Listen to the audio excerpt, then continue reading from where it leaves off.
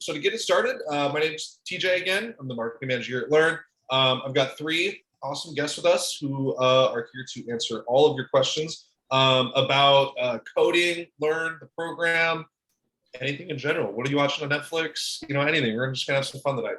So to get us started, I'm gonna introduce our panelists here. We have Greg, who is a product manager at IDW Publishing. I believe you were with Echo 2017. Does that sound familiar? Yep, that's cool. Correct. Excellent. And then we also have Yeen, who's with us here. She is a, I had it written down here. No worries, it's in your notes. Yeah, I am a software validation and test automation engineer at Notch 8. Excellent. And then you were also with our Bravo 2021. I am Delta 2020. Delta. No, yeah, I can see why you think that. I did graduate January. So I can see why you thought 2021. You're good. And then our last guest here today is Shazeen. She's a recent graduate of ours. That's where I got the Bravo 2020 with. She is part of our Bravo 2020 cohort and is off, just graduated, started a new position here soon. So I think we're going to go ahead and get moving on. So just with our first question, you know, I'll just kind of leave it up to you. Maybe talk about first, like what were you doing before Learn? We kind of already said when you joined Learn, and then maybe just kind of give a brief, kind of talk about kind of what you're up to now. So I'll start with Shazeen, if you don't mind. Yeah. Okay. So before Learn, before I even started coding, I actually graduated last year with a master's in clinical counseling, but my internship was terrible. I had such a bad experience. It was just hard seeing. I tried to work in addiction counseling, but seeing how the system was horrible to help people with mental health or with issues, it kind of just made me, I'm like, I really don't want to be underpaid and be sad for the rest of my life. So I had to find something else. And honestly, I found someone coding on YouTube. I'm like, that's cool. I should do that. And then I started, never looked back. Best decision ever. And then, I was in Bravo for my cohort. I was in Bravo 2021, the best cohort ever. And what am I doing now? I'm doing a couple things. I'm currently a teaching assistant at, and I don't know if anyone have seen them, but it's like those extension at universities. Yeah, so I'm a TA for one of those part-time boot camps. And then I also have a internship starting next month for back-end development. So yeah, just trying to do everything while I can. And when I have kids and stuff, I know I won't be able to. But yeah, I think that was all the questions. I'm not sure, but yeah. No, that totally was. Yeah, okay. Thank you. That was perfect. Greg, would you mind taking it away? Absolutely, yeah. So as stated before, I graduated Learn. I was part of the Learn 2017 Echo class cohort. I graduated in 2018 of February, and I got my first job just a week right after that at IDW Publishing, which is a comic book publisher down here in San Diego. So we publish everything from Teenage Mutant Ninja Turtles to My Little Pony to some other comics and stuff like that. So super fun job to be in. Before I came to Learn, though, and I hate saying this, I hate the term bounced around, but that's kind of what I did for a little while. So yeah, I bounced around for a little while. I worked at a virtual event startup after I had graduated from undergrad. From there, I worked as somebody in the fashion industry, working in fashion retail. Also was working as a model dresser for a while. I also worked at the ballet and in the public arts in Chicago. And all this time I was working on just reading more books about business and technology. And it was something that I was really interested in. I was also interested in just helping people start creative endeavors and do just really interesting things with their lives and technology. So eventually I landed myself a junior product manager role before Learn. And after a few years, I just knew that I had wanted to work more on the tech side and work more with the technology. So that's where Learn came in. and I learned to become a web developer, which is where after I graduated from Learn, went to IDW Publishing as IDW Publishing's web developer. And then as time went on, I started to grow and became the product manager. And as of today, officially became the director of direct-to-consumer sales and operations. So yeah, I'm riding pretty high on things right now. And there was a question about, I do work with Matt Mullis. I was actually the one who hired Matt as well. So happy to. Cool. I love Matt. We were the dynamic duo in our cohort. That's really cool. It's nice meeting you. Yeah, he's so cool. Yeah, so glad to have him on board, and also another member of Learn too. I think that people at IDW Publishing really do like the fact that we have a few students from Learn too, because we come right out and we know exactly what we need to do to get our hands dirty and ask the right questions. So yeah, it's been pretty cool. Yeah, that's awesome, Greg. And I think that's something that's really cool, especially with kind of where Learn is at now, is a lot of your cohorts were kind of the first generation since we started in 2016. And so it's really cool. And to see, and congrats on your new position, director. That's something you work towards, your whole career path. So congratulations. But that kind of puts you at the point where now you're hiring other alumni, for positions where you started at. So it's really cool to see how, the circle kind of builds, and alumni hiring alumni. Absolutely, yeah. And it was kind of a dream to be able to do that too, to go back to Learn and to pick out people that I thought would be interesting for this job as well. And with Matt, it was so easy to interview with him because I knew what curriculum he had already. I knew where his tech skills were, so it was more of a personality fit more than anything. And actually, when he interviewed, he gave no indication that he was into comic culture or any kind of anime culture or anything like that. And so when he came in, he completely dropped the bomb after the first day that he was really into this stuff. So it was actually a perfect fit for him to jump on board too. So it's been really cool. Yeah. Awesome. And Ian, if you don't mind, we just kind of talk a little bit what were you up to before Learn, and what are you up to now? Yeah. Hi, everybody. Before Learn, let's see. I first started at UCLA in 2013. I was a microbiome major, but I didn't really like it. And so I dropped out of UCLA, and people were saying stuff like, oh, why'd you do that? But I didn't enjoy it. I didn't want to do something that I didn't want to spend, I guess, 4 to 5 years studying something I didn't really enjoy. So I spent time working in restaurants. So I was in the restaurant industry. I was serving. And I think I found Learn maybe in 2017. And so I liked it a lot. I really wanted to do it, and I wanted to get into web development. So I was working for a few years to save the tuition. And then I ended up at Learn in the 2020 Delta cohort. What I'm up to now, I graduated January 2021, and the previous career services manager for Learn referred me to this role where I'm currently at.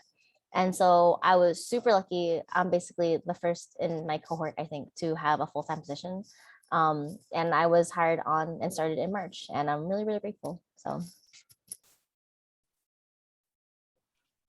that's awesome. I know you went to a lot of our workshops before, and so you'd always been kind of part of the Learn community. So it's so happy to have you out and a part of it now. Yeah, it's so cool. Thank you. I work with Dylan, for example, and I met Dylan. So Dylan also works in Notch 8, and he's like, I think I met you 3 years ago at a Learn meetup or something. So it's pretty cool to see it come around full circle, Yeah, exactly. I think that's kind of the funny one thing I really like about my position, working with events and meeting people here for, a lot of times this is a lot of people's first exposure to Learn community, like some of yourself, that workshop. And then, I love, seeing graduation, because we just had graduation a few days ago. And it's so fun to see, you started a workshop and then you graduated. So I just love to see that kind of building of people's career path. It's pretty cool. Welcome, Joshua. I know you're just kind of coming here a little bit late, but we're just kind of getting started here, just kind of going around answering some questions. This is kind of a good pivot point, just to kind of say, one of these AMAs are a great way to, we'd love for you to engage with us, ask any questions you want. So one of the ways that we'd like for you to do that is you can either A, put your question in the chat, or B, down below on your screen, you have these lovely reactions, and you can raise your hand. So if you have a question, please go ahead and raise your hand. I'm going to go around, maybe do 1 or 2 more questions from my side, and then we'll start diving in. So start thinking about if you have any questions on the top of your head. Cool. So to kind of get this kicked off, I mentioned, well, I did not mention, but we have our new class starting here in just about 2 weeks. And a lot of people either coming into the class, thinking about it last minute, or maybe they're students right now, they have a lot of, imposter syndrome kind of during this time. That first day, it's really scary. Maybe you don't think you know JavaScript good enough, or whatever the feelings might have been. Can you talk about like how you felt kind of leading up maybe on that first day?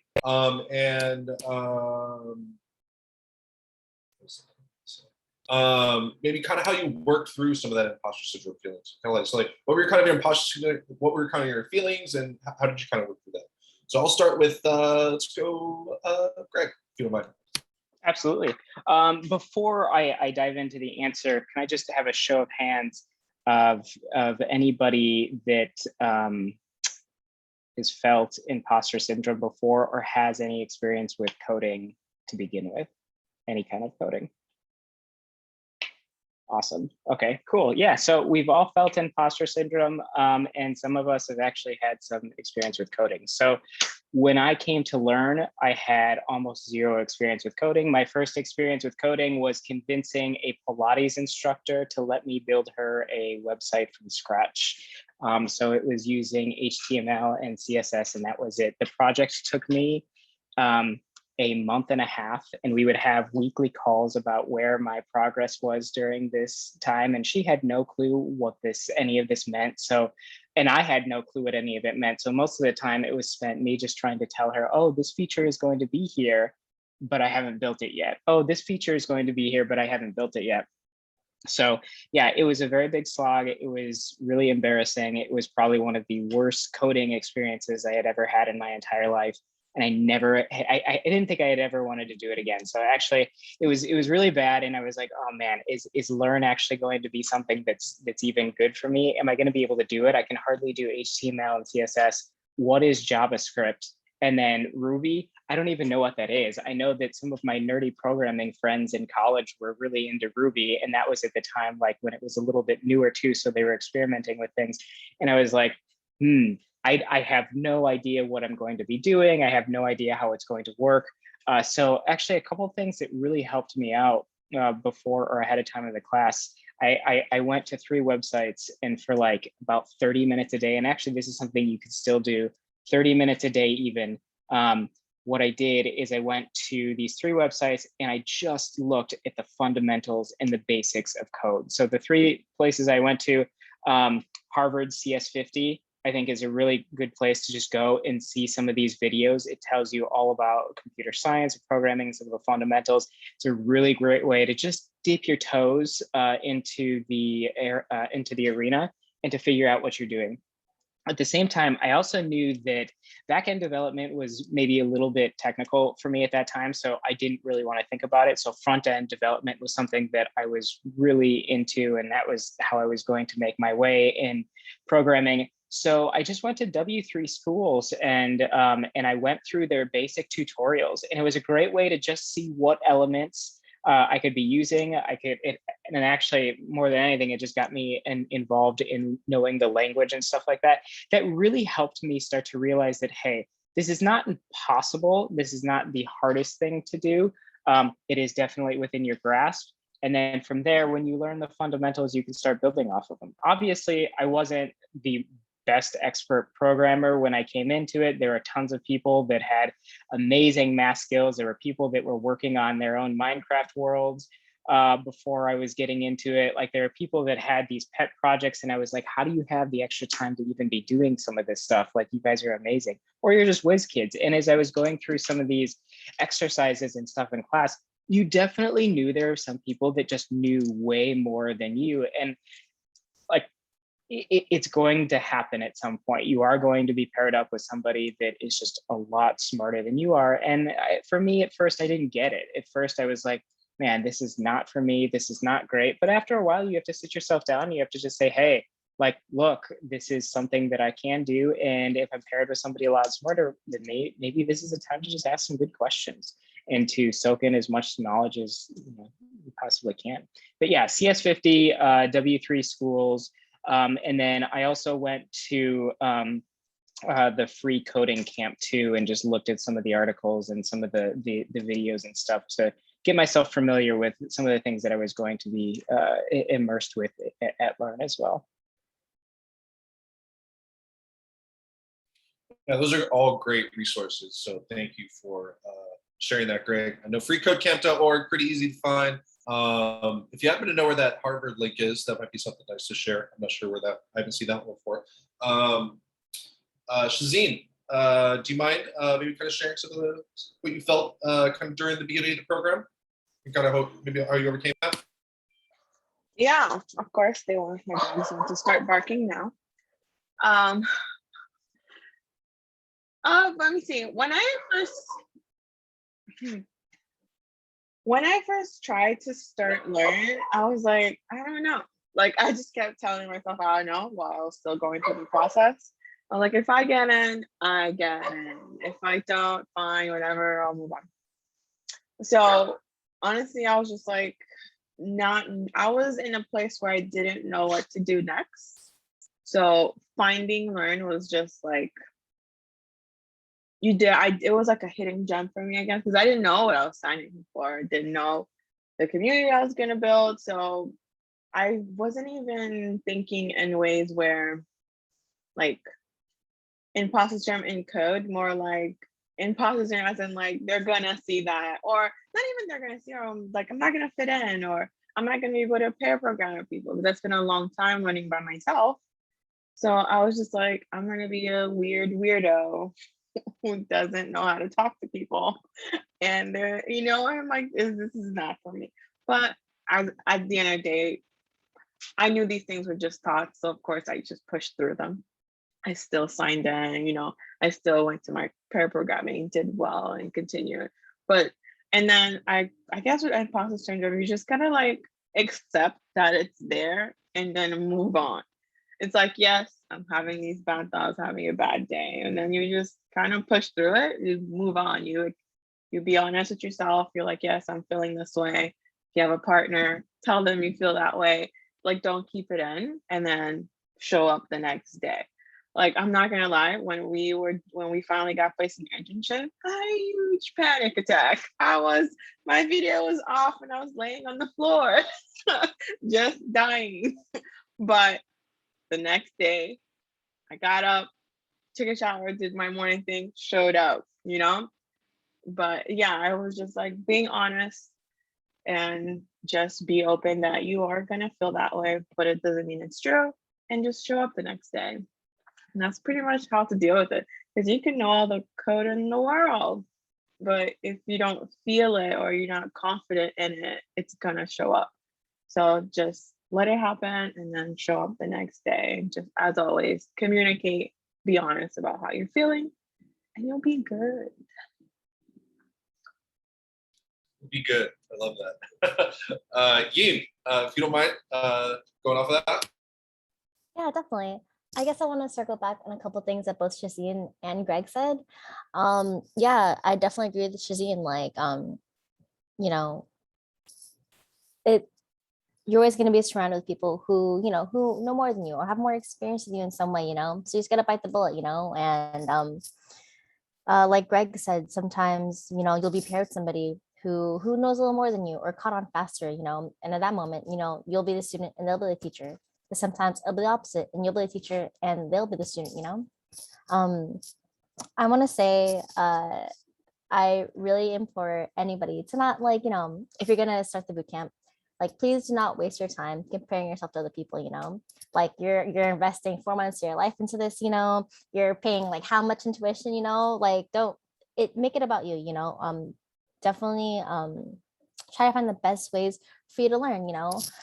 You'll hear this a lot in the class as well, but it's really fast paced. It's like trying to drink water from a water hose, you know. It's gonna be a lot. And some people thrive in that. Some people are gonna, like, you know, really excel right away.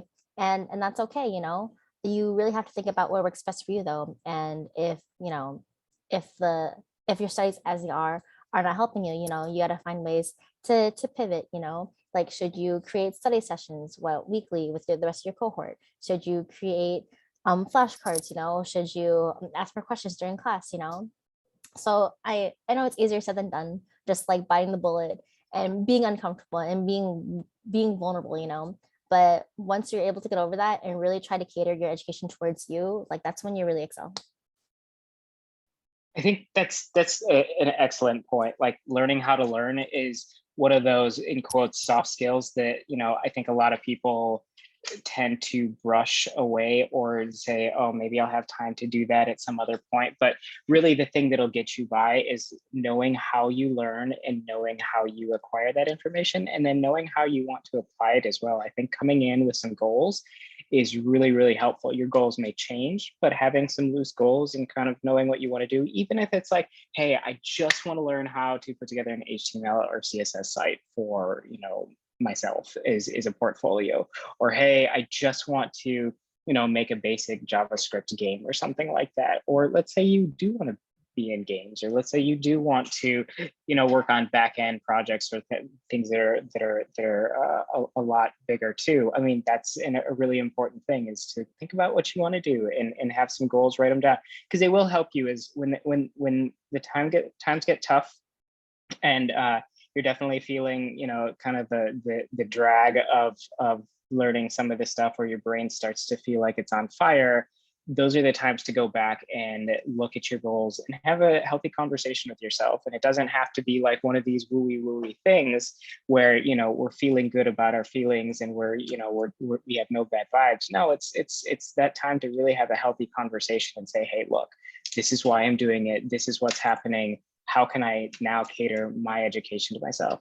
What you get is what you put in is, you know, kind of what you get out too. That's, I think, so yeah. Good point. Yeah, we definitely say that with a lot of our students. You know, you get in what you put out. We try to give you guys as many tools as possible. And I think we do a really good job. But you know, the students that really take advantage of all the opportunities and tools that they have at them are, you know, a lot of people like you guys who had great success leaving the program. But you brought up a good point, and like I mentioned in the chat, if you have any questions, please raise your hand, leave them in the chat. We'd love to know what you guys would love to ask our awesome guests. But Greg, you brought up a good point of learning how to learn, which I think is interesting. And that's something we really preach not preach, but we teach in the program, in that we teach you some languages in the cohort. We teach a full stack curriculum where we do HTML, CSS, JavaScript, and for the front end, and then Ruby on Rails and Postgres for the back end. But could you talk about, like, kind of when was that point where you kind of had to take what you learned in the classroom and learn something else? You know, like, what was that point where you had to really learn, you know, use your learning how to learn skills and learn something new? Yi, do you want to kind of kick us off? Or yeah, if you don't mind, I'll sure. come back No, to you yeah. real quick. Yeah. Sorry about that. Yi, do you mind start kicking us off real quick? Yeah, definitely. So I was not one of the, like, I was not somebody in the cohort who immediately got everything. And I'm really, I guess I was really shy. I had a lot of imposter syndrome. I was really afraid. I was like, oh my gosh, everybody getting this? Like, it's complete silence. Nobody's asking any questions, you know. But I really learned that I needed extra help. I needed, like, the help during actual instruction. I needed to stop and be like, hey, Sarah, I'm so sorry. You just explained this, but can you really explain this again? Or, oh, I saw you said this. Is that what you mean?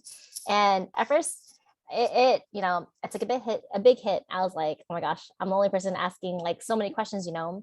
But I really learned that when you ask questions, you help everybody, you know. There are a lot of people who, you know, are also as shy to ask questions, you know. And even the people who are super on top of it and really get the content really quickly, even you asking a question will help them out too, because it'll either, like, affirm or, like, not confirm what they already knew, or be helpful as, like, a summary of what they did understand. And so for me, I guess I'm more of an active learner in that way, where I could read a bunch of content, I could look at the slides and whatever, but I really do need that guidance. And so I'm not sure if this really answers your question, but that's something that I really did definitely. One of the study habits I picked up, asking more questions. And we also had like study sessions, and I've definitely helped like personally mentor a few people from my cohort and also the cohort right after me too. And that really ingrained a lot of the knowledge in me. So, being the teacher is also really helpful because it forces you to really understand the content. So if you get a chance, if you have the time, I really do recommend doing that as well. That's great. And is there anything at Notch 8 that maybe that you were kind of tasked with learning how to, like something brand new that maybe is kind of outside of the scope that you learned in the classroom? Yeah, definitely. So one thing that I did pick up Notch 8 is working on accessibility audits to make sure that websites are accessible, to people who are hard of hearing or hard of seeing. And so that was something that was completely new. And my role itself is actually completely new to the company. And so I had to do a lot of my own individual research. And I definitely gained a lot of confidence in my research skills, looking at documentation and yeah, really scouring the internet through what I learned at Learn. Um, at Learn, there's obviously a lot of good material. The instruction is amazing as well, but there are going to be some times when you're going to have to really dig in deep to accomplish what you want to do for your project. And so I definitely learned how to knowing what to ask, knowing what to Google. Like that's so important. Knowing what to Google, that's a great point. Knowing just how to leverage search engines could be such a powerful tool. Greg, do you want to kind of chime in and add anything? Yeah, absolutely. So just a quick point on the knowing the right question to ask and knowing what to Google. That's about as important as knowing your code. And in fact, knowing your code is probably the least important thing that you will probably take from Learn, which I think is saying something for the program. Because a lot of the times when you get into a job, you are tasked with solving problems, and they don't really always require a ton of code. They will require code 100%, and you will be coding, but a lot of the time will be spent thinking about how you deliver a solution to the problem that you're being tasked with. And so knowing what questions to ask to uncover the problem a little bit better and understand it is going to be important. If you work at a more tech-focused company as well, your product managers are and other people in the company, they're going to rely on you to think about how to provide solutions for the end user. So I'll give you an example. When I first started IDW Publishing, I made the mistake of getting a job where there was no other developer at the company. So it was just me, myself, and whatever Google had for me at the time, which completely freaks me out. But it was something that I had to learn. Like it was a new skill that I had to learn. On top of that, we were working with e-commerce. We were working with a WordPress and WooCommerce solution. So not only that, but I had to transfer my skill set over to PHP instead of Ruby on Rails. But the thing that was nice about this is that, and I didn't understand it at the time, I do now, hindsight being 2020, but the thing that is nice is that the skills you get at Learn, again, are the frameworks and the foundations in how to think about your programs and your applications and just creating solutions. And I think that above all really important, because honestly, the way that you program certain things is going to be important. Yeah, and syntax is important. You will learn that. You're always going to be constantly learning that as you're learning and developing new skills and new languages and new pieces of technology. But again, the foundations are: what problem are we trying to solve? How are we going to solve it? And then how do we break it into bite-sizable chunks so that we're delivering the project just in time? So Learn definitely did a great job of doing that. And then my internship as well. I internship at Notch 8, which I found to be extremely helpful because a lot of the project management aspect of those things really came into play. So, I mean, a lot of it was grueling nights, spending time after work, learning just the basics of PHP and learning how to understand the differences between the syntax in PHP, between the syntax in Ruby, and between the syntax in JavaScript and stuff like that. But a lot of it was actually just coming through networking with some peers that were a lot smarter than I was, and then getting much better at asking pertinent questions to uncover the actual problem you're trying to solve, not just the stated problem. Because a lot of the times, if you're talking to somebody that's non-technical, they'll have an idea, but part of your hat is going to be how to uncover the full problem as a journalist. So studying journalism is actually not the worst thing to do too. So if you, yeah, asking questions, I think is extremely important. And Shazeen, is there anything you'd like to add on top of that as well? Yeah. So I mean, right now for my backend development job that I'm gonna start, they're using Spring Boot versus in Ruby on Rails. So I have to learn kind of new stuff as well. So kind of I'm doing that same thing, learning how something is and then have an activity after, because that's kind of the way we did it at Learn. So just been trying to practice creating my own projects with starting with Java, and then even I have like a trying to learning to do projects in Spring Boot as well. So honestly, that's pretty much what I've been doing. Just been using that same structure, you know, watching a tutorial, create an activity for myself, and then build that activity by myself. I know like Google is good, but sometimes I try to build an activity without having to Google so much. Like I want to Google at least 20% of the time versus the whole time I'm trying to code. Because to me, I feel like, okay, I feel like I get the concept if I'm Googling less. So the idea is to get the concept.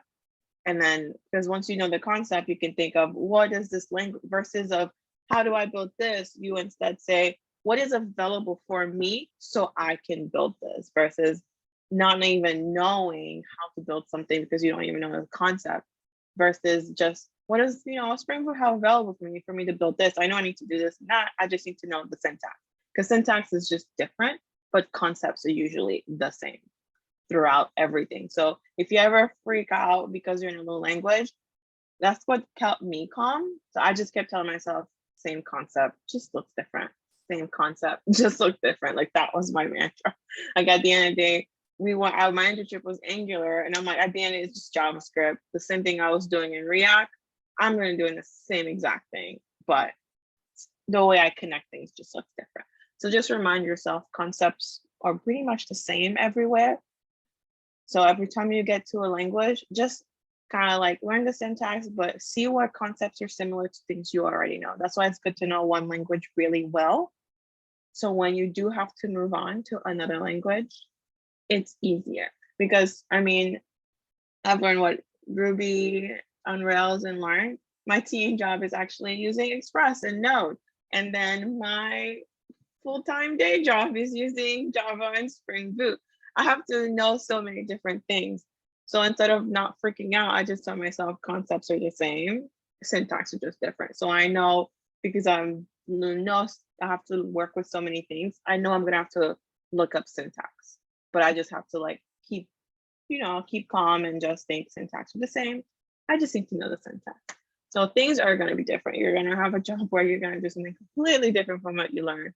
So while if you are going to a bootcamp or learning on your own, just really bring down those concepts, and that's honestly what you'll need to be successful. I wanted to piggyback off what Shazeen said, and even the CEO of Notch 8, the company I work at, like even he does not remember every single like syntax rule or every single thing about like indentation or punctuation and whatnot. What I've read or what I've heard is that, you know, learning how to learn or learning how to program is more about understanding which tool to use. As like what Shazina is saying, you know, like there will be so many languages, rules change all the time. There are always new updates, new libraries, etc. But as long as you understand how the tools work, then you'll know what you need to pick up in order to accomplish your task. So good point, Shazina. Yeah, those are all great comments. And Shazeen, that's kind of awesome how you kind of take what you learned in the classroom to the next level where you're kind of adding an activity, studying, adding an activity. That's really cool. Greg, is there anything else you kind of want to just touch on that with what they said? Or No, I mean, that totally made sense. Yeah. Cool. Again, just a quick reminder, if you have any questions, please don't be afraid. We're all here to get them all answered. No worries, Danny. We appreciate you joining us. We'll be wrapping up here probably close to around 6.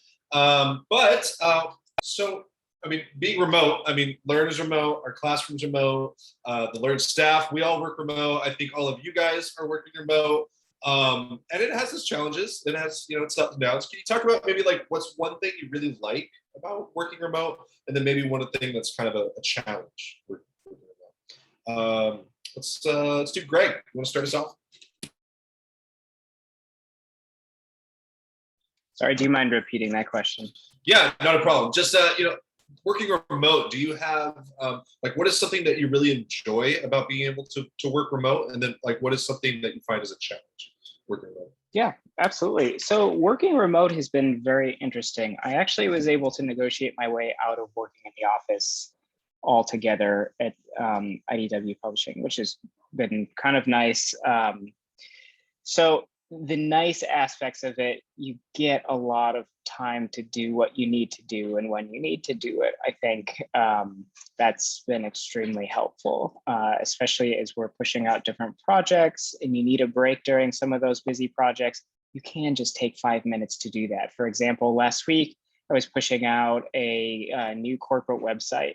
But just before I was about to do that, I was a little bit nervous. So I was like, let me just take a 10-minute walk around the block and be able to do that. And then I'm going to push out this new corporate website that has to do with the New York Stock Exchange. And nobody was the wiser. But when you're in an office and you're together with a team of people, including the CEO and CFO, and they want you to push something out in 10 minutes, you have no time to walk around the block for 10 minutes and do that. It's high stakes. That's completely crazy. But at the same time, as long as you're getting your work done, you're totally fine. And as long as you can manage your time and everything is getting done on time, you can totally do that. So there are times where I just love taking the micro breaks and just some of the micro interactions that I have.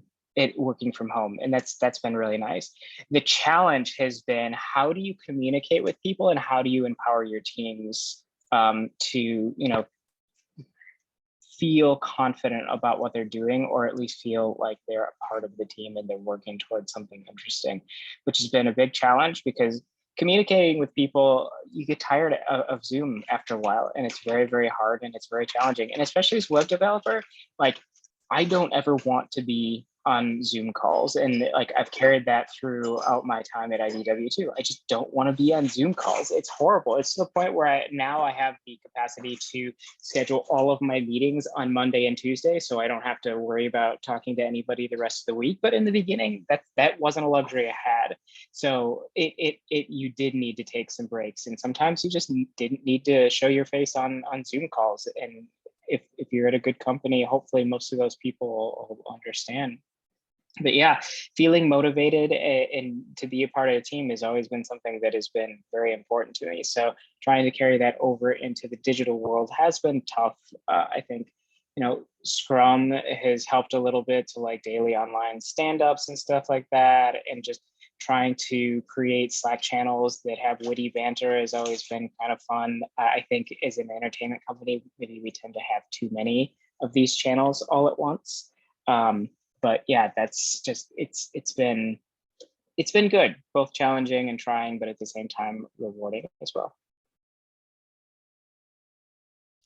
Great. I feel a lot of those too. It is. I love the micro breaks, like you said. You go down, pet your dog, hang out with your dog.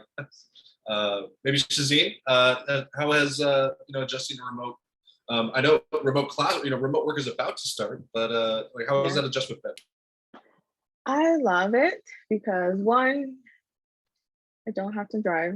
I hate driving, hate it with a passion. And I just like that I can kind of move at my own pace in the morning. If there's no meetings in the morning time, I can wake up, breathe, I don't have to jump out the bed, get a shower, fight the traffic. I just get to wake up, sit down for a while, damage some brain cells with social media, and then get up, play with my dogs, give them their their probiotics, change their food, just calming things. Um, if I'm trying to do laundry, maybe I'll separate my laundry started. Like I get to just do things and then my weekend are not filled with just chores. I feel like it definitely helps because a lot of times we feel like we waste our weekends doing chores, and working at home helps me do simple things like just simply doing the freaking laundry. So it's just less stress. And I think it's honestly great, especially your family. You don't have to not be around your children, which is something I definitely want in the future, like, so definitely being able to still have your presence in the home. It's still nice. Like, and honestly, those lunch naps, yes. Because it doesn't take you an hour to eat. You still have a good sometimes 40 minutes. So those are nice. So yeah, I think it's just less stressful. Just you don't have to deal with the outside world before you go to work.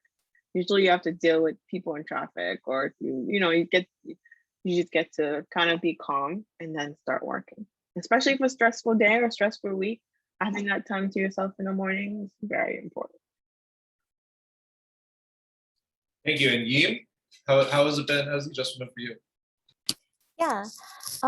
I do want to mention that I guess I had a really unique experience because since I did first Find Learn like in 2017, I went to a lot of the meetups in person, and I actually ended up doing the boot camp online remotely.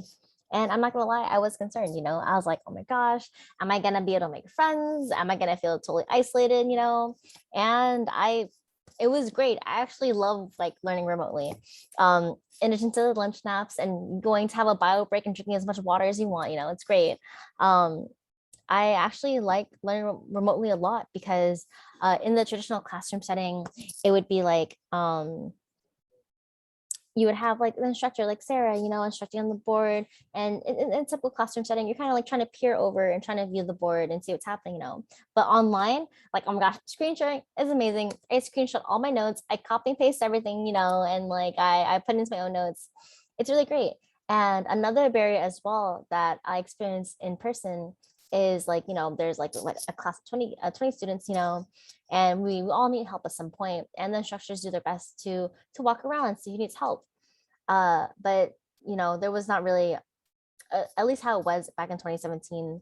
It was hard to kind of like queue up people who need help, But like online, remotely, we have the Slack. We'd be like, hey, Sarah, I need help. And she'll respond to your thread and be like, oh, I'll be with you in just 5 minutes. Let me just finish up with like Matt or somebody else, So that was great. And I definitely was also afraid of feeling isolated and not making friends. But I feel like I honestly made like a personal connection with almost like everybody in my cohort. Definitely having to pivot and utilize like Zoom chat, or Slack, and like Greg said, like having like the silly Slack channels and discussions, like you still, you can still live your life, but we're definitely in the middle of like the pandemic and the plague, but there's still ways to do it. So Yeah, I love like all those things you mentioned. Just being able to take the hour lunch break. That's awesome. And removing commute. I went to the driving range this week one morning just to do it right before work, and got home 15 minutes before work and then started. So it's just nice to be able to kind of balance all those things together. Do you have anything like outside of work? You kind of like what do you de-stress? How do you decompress after a long day's work? oh, me or everybody. Sorry, Yim. Yeah. Oh, thank you. Let's see what I do. I actually really enjoy like weightlifting, running. I actually missed one of our like Friday check-ins because I forgot we had it, and I was like on a jog in the morning. That was great. Um, I also want to mention that working remotely during a pandemic is very different from working remotely, like when the world is normal again. Because obviously, like you have to be safe, you have to be cautious, and you might feel isolated. So it could definitely be difficult.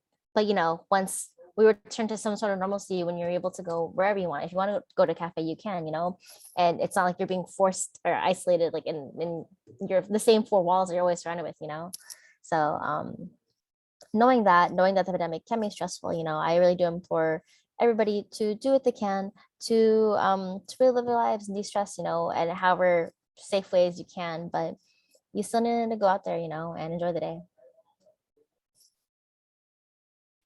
Great work-life balance. Definitely. We did. We'll come back to kind of learning a little bit more about you, Greg, and Shazine in a second. But I do want to get to Kelly's question real quick, and specifically Shazine and Yim. I mean, both of you guys did go through the remote program and did experience the internship remotely. So Shazine, I know you actually just graduated recently. How was the remote internship experience for you?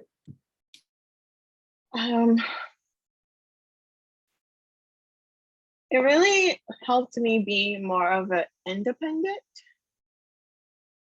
developer, and it also taught me how to slow down, because we were so used to moving so fast in the boot camp, and then when it came to the internship, my mentor wasn't, always available. They have other stuff to do. So learning to just okay with not coding that day and simply trying to understand the app is okay. Like, I did have that feeling like, oh my gosh, I'm not contributing anything, I feel bad. But the reality is that I kind of just need to be okay with that. And I just had to be okay. I'm like, it's fine. I'm just trying to understand my tasks a bit more. And sometimes it was hard to get in contact with my mentor at the time. So honestly, I would kind of just use those times then to work on myself. So I would work on things that I either struggled with while I was learning. I worked on looking at jobs that I want. Like one thing that helped me is focusing on one company that I really like, and I know when they open their application. So I've been practicing their application project. So I just been building it again, so I felt like I was confident. So yeah, when I just learned how to be independent and learn how to slow down, because the real world is not a boot camp. And just learning how to look for things for myself, okay with not getting help 24/7. Another thing with this boot camp, you really get help when you need it. So when you go into the real world and you don't get that help as fast, it's kind of like, what the hell, where's Sarah? But you're not with Sarah anymore. But yeah, that's kind of how it was. You just gotta learn to filter out the experience and learn that, okay, things are different now. This is my chance to see how things are in the world, and just kind of accept what the experience is and try to learn from it. Because you can't just walk into someone's office, right? You have to wait for them to respond back to you. So that's pretty much it. I think there's a couple things you can also do to make it so that it's a lot easier to communicate with somebody during your internship. And they're very simple too. For example, if you're in an internship with somebody, try to establish a one-on-one each week with your main point of contact.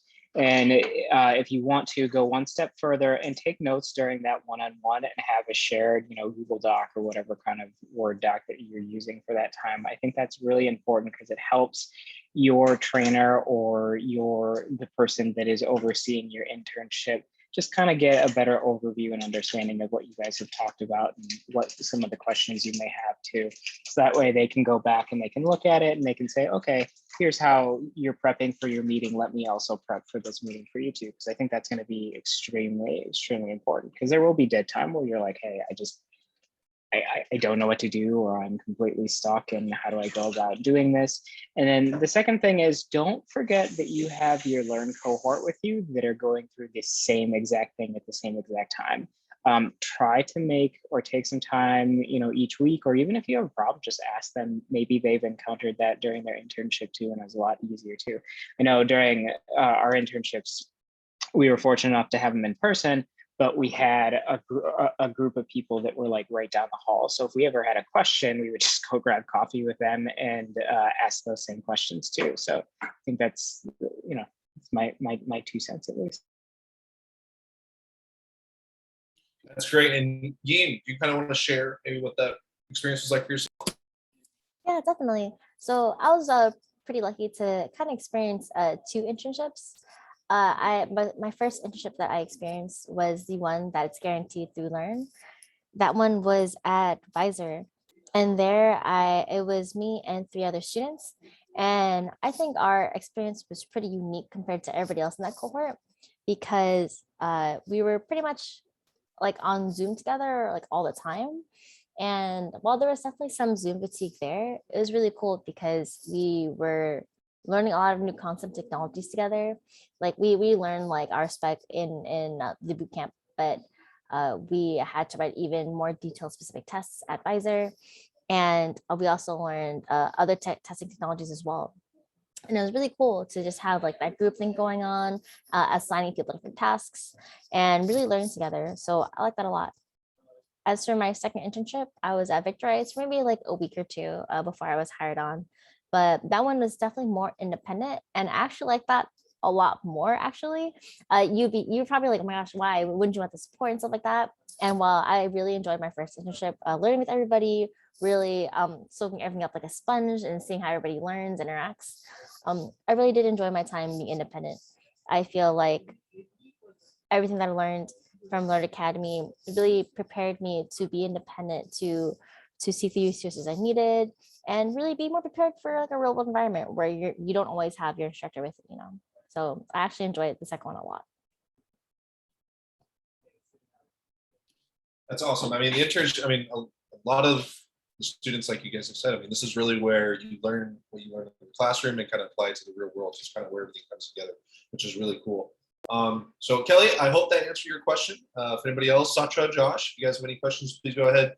Don't be afraid to put them in the chat or ask away. We're kind of on the tail end of our presentation here. We got one more from Kelly.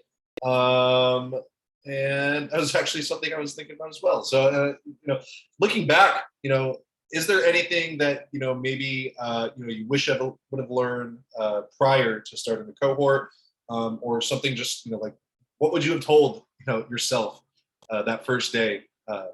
Maybe let's start us off, Shazeen.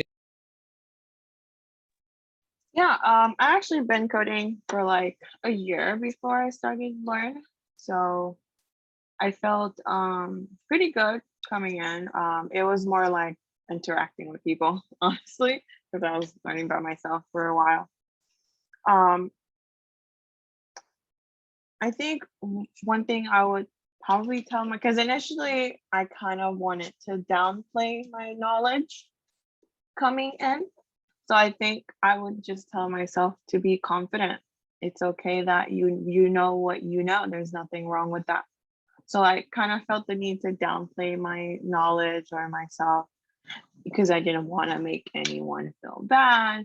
So I guess just learning how to be confident in myself without being a douchebag. So yeah, I feel like I should have been more confident. Like it's okay that I know what I know. I worked really hard for a year to know what I know. So I should have been more confident. But eventually I learned to be more confident. So instead I kind of took that confidence to helping my fellow cohort. To the point where I realized I like teaching and I like helping people, which I got a job in, and I literally just get to help people debug all day. So that's really nice. So yeah, it helped me learn what I want, but I wish I did it sooner. I wish I was more confident in myself sooner versus later. So that's what I pretty much would say. If anyone's going in with knowledge, don't dampen yourself, but also don't be a D-bag about it. And Greg, I remember you mentioned you had a little bit of coding experience when you started the program. That's right. Yep, that's correct.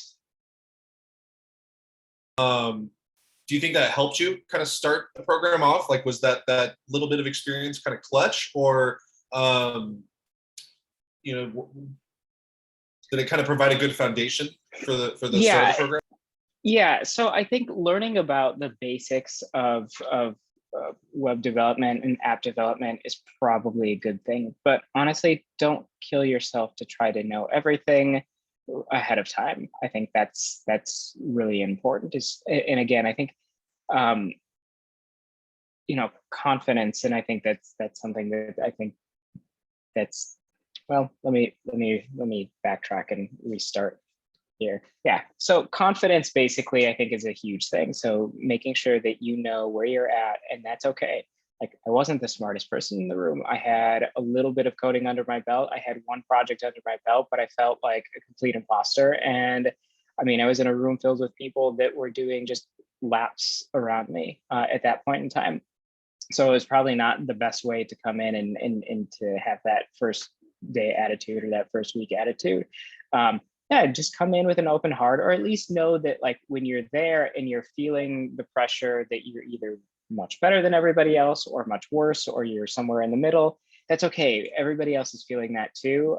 Understand where your strengths are, understand where your weaknesses are, and continue to go through the curriculum. Just get through it. It will, I promise you, it will be 100% worth it.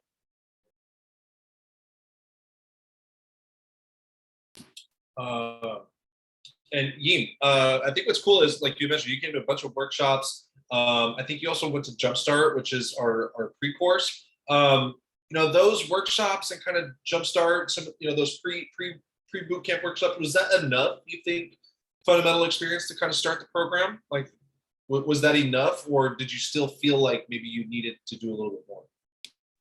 Yeah, definitely. So between the three of us, I'd say I probably studied even less than like Greg and Shazine did before the cohort. I probably studied maybe like kind of like 4 months before I started, maybe like 1 to 4 times a week, 1 to 4 hours a day. But honestly, gosh, like the boot camp is so fast. Everything that I studied in those 4 months, I was like working full time, so I didn't really have that much time to study. But everything I studied in those 4 months, we basically covered in the first 2 weeks, two weeks of the boot camp. That's crazy. Like, so I guess what I say is, although I did take my time to study, get a little familiar with the concepts and stuff like that, like everything was so much quicker, and I learned so much more at the boot camp because of the instruction, because of the help, because of pairing, for example, being with somebody else and shooting ideas back and forth. I know, TJ, your question was, do I feel like the meetups in the Jumpstart, if they're enough? Honestly, I honestly believe that they can be enough for you to get into the program. For me personally, though, just for my own comfort levels, I was happier knowing that I studied a little bit before, just so that I wouldn't feel as much as an imposter. But there are definitely some people that go straight into the program with just the Jumpstart. And honestly, if you are, you're willing to put the hours in, to study with your classmates, to really do the research and also take the breaks in between, I really think that the Jumpstart is a great introductory course to really help you with the first few weeks in the program. Totally, and I think that extra practice is kind of a big piece. We give pre-work before the beginning of the course. We go over the beginnings of HTML, CSS, JavaScript. Our workshops do cover most of that. We actually have a workshop this weekend, which is awesome. We now do a mini Jumpstart for our classes. So we do it one day. We built the magic 8-ball, which is super fun. So we're going to build that this weekend for any of us that will be joining. But I have one more question here on my side before we take this up on the finished side. So if any of our guests have another question, please, we'll get these last couple in. But to kind of bring this on the tail end, I think what's really cool is because all of you kind of talked about where you're at in your career now, and you're all at varying points, which is kind of cool. But where do you see, like, your moving forward? Like, what's the end game of where you're at right now? I know, Greg, we'll kind of start with you. I mean, you're a director now. Like, what's your end game after this? I know it's kind of crazy to even think about, like, what's the next step. But what do you think? Yeah, end game. It's something that I've been thinking about a lot too, because there are just so many options. But honestly, I think the end game would be to have started my own company somewhere in the entertainment or fashion realm. And then from there, to be able to also retire into a place that I can continue to learn and to have enough time to work on side projects. So for example, learning C# right now and learning how to build musical instruments, think that's, that's a really important thing for me, in finding ways to just create with technology or just create solutions. I think Learn Again provided me with a set of tools to be able to ask much better questions and think much more critically about what solutions are there. And I think for me, that has been, or that has made all the difference in the world. Like a lot of the solutions that we come up with now, they're not tech oriented, but they have a lot of technical, well, they come from a lot of computer science concepts that you'll potentially learn too, or that you will learn, not even potentially learn. So I think those are, some of the things that I'm looking forward to in the next, 5 to 10 years. Love it. I love it. Like what you said, future Forbes business leader of America here. Yim, how about yourself? Like, what's the next step for you? Yeah, definitely. I guess I want to take it back a little bit, and not just my first steps or my future steps. I guess I want to talk about my steps even getting into my career. So my title is really fancy. I'm the software validation and test automation engineer, but that's basically QA, quality assurance. And I know when I first graduated from Learn, I was worried. I was like, do I want to get into QA? A lot of times QA is seen as like a lesser job, because I know the average salary is a little bit smaller compared to a developer salary. So I was worried. I was like, do I want to apply to this job? Like, will I get pigeonholed into QA? And because I've read that if you get into QA, sometimes it can be difficult to break out to become a developer, But I want you to actually reverse that thinking. Instead of thinking that you will be pigeonholed into QA, what Sarah and Rachel and Mina told me is maybe you shouldn't pigeonhole yourself into development, because I actually love QA. Like, I'm so happy I'm here. I love the job so much. Like, I'm a very methodical person, and I'm very detail oriented as well. And I love my job. I'm so happy I'm here. I love it so much. And so in the past, I was thinking, like, before I got into the role, I was thinking, yeah, I'll try QA, see how it is, maybe try to get into development. But now that I'm in it, I actually want to kind of be like QA forever. One cool thing though that I mentioned earlier though is that I'm also learning how to do accessibility audits. And honestly, if I pick up more and more of those tasks, I really am enjoying it. I really love the idea of making the internet more accessible to everybody. And the more I learn about it, the more I love it. And so if possible, that is something else I'm really interested in getting into. Well, it's a great field, especially right now. It's super trending, and it's essential. Like you said, I mean, all websites got to be, accessible by everybody. And it's really fun. I mean, for those who haven't messed with a screen reader before, it's actually really fun to just plug in a website, use the screen reader, and really see how websites work for people who do have disabilities. And Shazeen, I know you're just kind of getting started, but have you kind of thought, like, what's your plan? What are you thinking? If I could dream, I would totally be a teacher for the rest of my life. But like in every field, teachers are underappreciated. So right now I more wanna, get the jobs that pay you well, save that, because ideally I would love to bring this like boot camp mentality to like an earlier stage in life, like high school.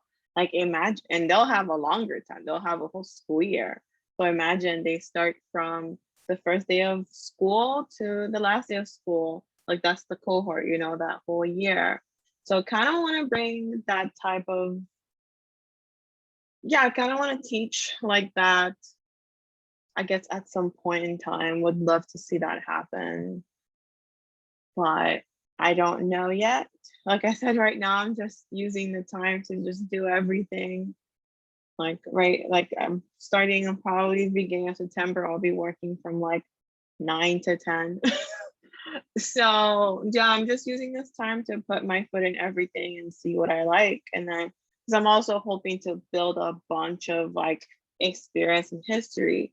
So when I do want to bring that to high schools or middle schools, I can say, hey, look, I have all this experience. You can trust my knowledge that your kids will get an education in this and won't have to go to college and go straight to working and not build student debt. Kind of bring that in there. But again, just kind of just putting my toe in everything so I can build that. credibility. That's kind of where I'm at right now. That's a really cool way to think about it. I mean, I see the boot camp model really getting pushed into colleges, which is a really trending thing.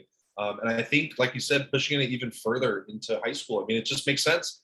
Coding's a trade. You know, my brother went to a welding school. I mean, it's kind of like the same thing.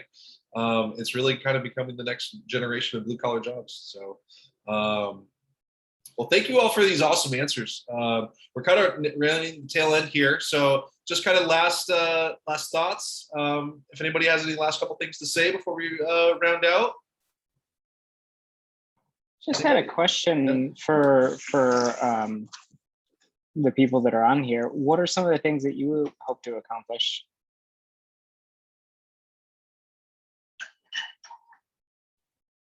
Like personal goals or like in my career? Yeah, I think both, right? And I open this up to Kelly and Satra and Josh too, or Joshua as well. I think it's always interesting to see what people are looking to do.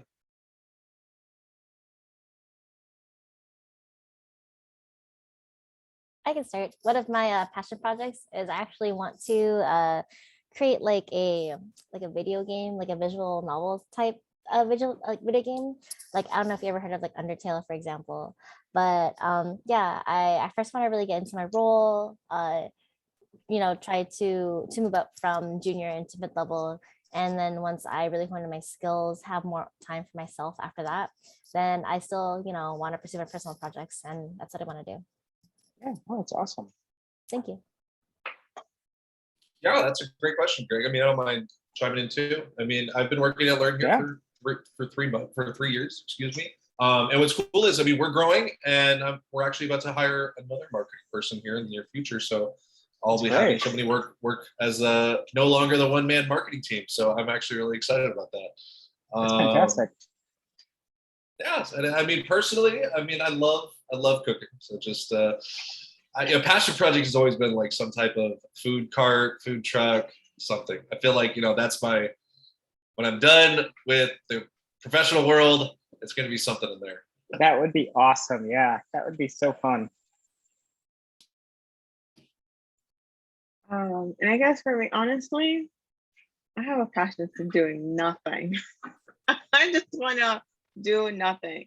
That's why I just want to build something for myself. That's why I just want to like work now, build my savings, find company with good benefits, build my retirement plan, and fund the hell out of that. And then one day just quit and do nothing till I meet my end. I just want to do nothing. Yeah, I don't know. Yeah, I think that's about it. It looks like Kelly's focusing on working as a junior developer. Expecting the goal may change more as they learn. Yeah, absolutely. I think the world will open up to you too. I think you're definitely going to see some new opportunities come your way, especially as you work with Learn and you develop yourself. Honestly, like one of the biggest things is just the Learn community and the network. Everybody's very open. Everybody is very open to meeting each other and connecting and talking. And I think that's one of the ways that, for me at least, has helped me grow more than anything, because I know I can rely on this network, and it continues to grow, and it continues to grow with the right people too, and the right people being just very open, diverse opinions, diverse outlooks, diverse ways of utilizing the education too. So that's been extremely helpful, and definitely utilize it as much as possible.